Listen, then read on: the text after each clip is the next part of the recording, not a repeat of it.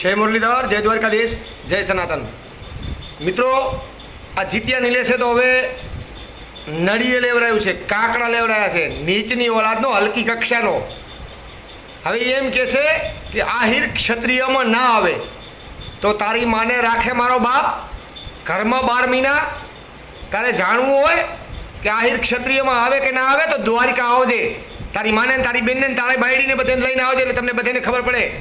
અને તું દરેકે દરેક ઓડિયા વિડીયો બનાવશો ગૂગલ ઉપર જોઈને કે રામ આમ કરતા, રામ ફલાણું કરતા, ફલાણી માતાજી આમ કરતા, તો તારી માને પૂછી લેજે, તારા ખાનદાનને પૂછી લેજે, તારી હાથ પેઢીને પૂછી લેજે કે મારી ભેહું ઢેહડીને તારી માએ ખાધી છે.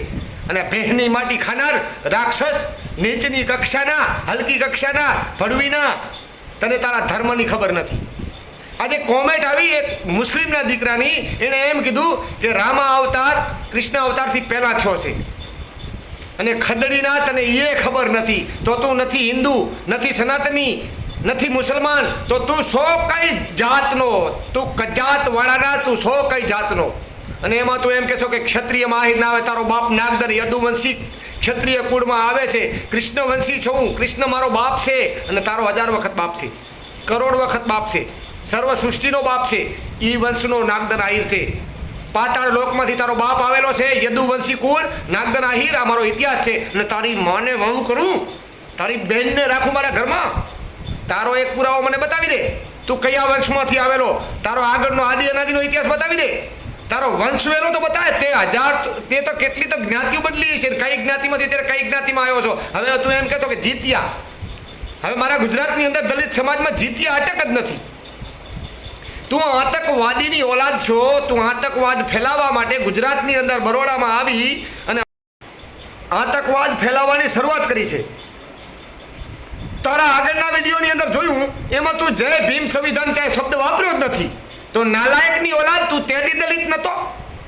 નીચીની કક્ષાના તારી માએ ભેહું ખાધી ને એના કારણે તારું પરિવર્તન બદલતું જાય છે. તારી માએ મારો ઇતિહાસ કહું છું. અને તારો હવે સરકારી કોઈ કર્મચારી કે ને એને મારા હામો લઈ આવજે, તારા બાપને. એને જવાબ એનો બાપ બનીને હું દઈશ, એનો બાપ બનીને જવાબ હું દઈશ કે તું જો ચોપડા ઉખેરીને તારી રીતે ઇતિહાસ બનાવતો તો તારા બાપને તારી માને ભેહું ઢેહરતા આજથી 20 વર્ષ પહેલાં મેં જોયેલ છે. સાબિત પુરાવો જોતો જ મારા ગામમાં આવીને તને બતાવીશ કે ઢેહરતો કે ન ઢેહરતો તારો બાપ હું તને બતાવીશ. પણ મહેરબાની કરી અને ક્ષત્રિય સહી મારા પુરાવા હું તને આપી શકું છું કે શેષ વંશી અમે સહી, યદુકુળ સહી, ક્ષત્રિય વંશમાં આવીએ છીએ. અને તું કઈ કક્ષાનો, તું કઈ જ્ઞાતિમાં આવશો એ મને કહે. તું એમ કહેશો કે ક્ષત્રિય નથી તો તારી કઈ જ્ઞાતિ છે? તું હિન્દુમાં નથી, મુસલમાનમાં નથી, ખ્રિસ્તીમાં નથી, પારસીમાં નથી, સનાતનમાં નથી, તો શો છે એમાં? આતંકવાદ ફેલાવવામાં, ભારતને યુદ્ધ કરાવવામાં, દલિતો વચ્ચે હિન્દુઓ વચ્ચે નોખા પાડવામાં આ તારો ધંધો, આ તારી માની, તારી ખાનદાનની સંસ્કાર. અને ઘણા કોમેન્ટમાં પણ એમ કહે છે કે નાગદન આહિર તારા સંસ્કાર કેવા? અમારા સંસ્કાર યદુવંશી કુળના ધર્મ ટકાવી રાખવાના છે. અને કોમેન્ટો કરનાર તમારી માને મારી વહુ નથી કરવી, જીત્યાની નિલેશની વહુ કરાવી દો એટલે તમે પણ સંસ્કારી બની જાઓ. તો મિત્રો સાંભળો ઓડિયો, જે આપણા વિજયભાઈ કાઠી દરબાર નથી, એણે કાઠી બોલ્યો છે અને એને એમ કહે છે કે નાગદન ક્ષત્રિયમાં ના આવે.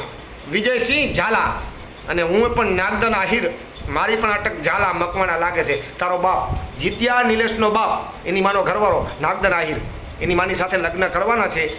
જો એની સમાજમાંથી નિલેશ સમાજ, જીત્યા સમાજ જે હોય તેમાંથી તૈયાર કરે તો જાજી જાન જોડી અને જીત્યાની માને મારે ઘરે લઈ આવી છે. તો હવે સાંભળો ઓડિયો. હાલો, જય માતાજી. હા બોલો વિજયભાઈ, બોલો. યાર તમે એવું હું લેવા કીધું? હું કાઠી થોડો છું યાર, હું તો રાજપૂત ગરાસ્યો છું. અરે પણ તમે જે હોય તો તમે એના દાડિયા કેમ બન્યા? તમે ડાયરેક્ટ એને રેકોર્ડિંગ આપો છો. અરે પણ તમે રેકોર્ડિંગ ફોરવર્ડ કરો છો. એમ નહીં, ફોરવર્ડ નહીં, મારો એમ નહીં, ક્ષત્રિય ધર્મ હતો. તમારો ક્ષત્રિય ધર્મ હતો, તમે એમને કીધું કે નાગદાન આ વસ્તુ ખોટી છે? નાગદાન તમારો ક્ષત્રિય થાય છે? કોણ નાગદાન આહિર? હા ક્ષત્રિય છે ની. કોણે કીધું? આહિર એમાં આવે, આહિર એમાં આવે, શુદ્રમાં આવે. કૃષ્ણમાં આપણે યદુવંશી એમાં આવે, શુદ્રમાં આવે. ઉભા રહ્યો તો કૃષ્ણ અને પાંડવો બે મામા ફૂઈના હતા. મારી વાત સાંભળો. આપણે જે અજમલભાઈ ની જે ડિબેટ થઈ હતી, તમે અજમલભાઈ ને ફોન કરી લો.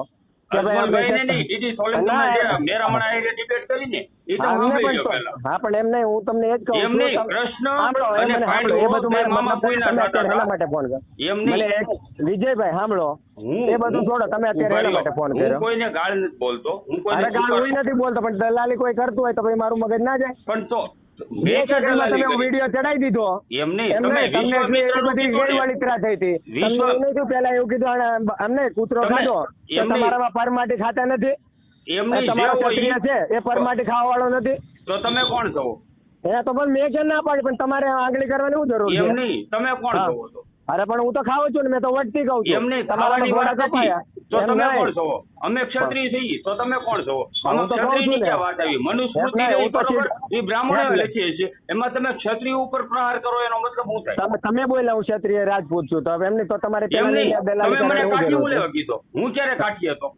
છે? તમે જે હોય તો તમે દલાલી શું લેવા કરી? મેં દલાલી નથી કરી મારા ભાઈ. તમે તમે જોડ્યું રેકોર્ડિંગ આપ્યું, તમે દલાલીનું. રેકોર્ડિંગ આપ્યું. એમ નહીં, તમે દલાલીનું જોડ્યું.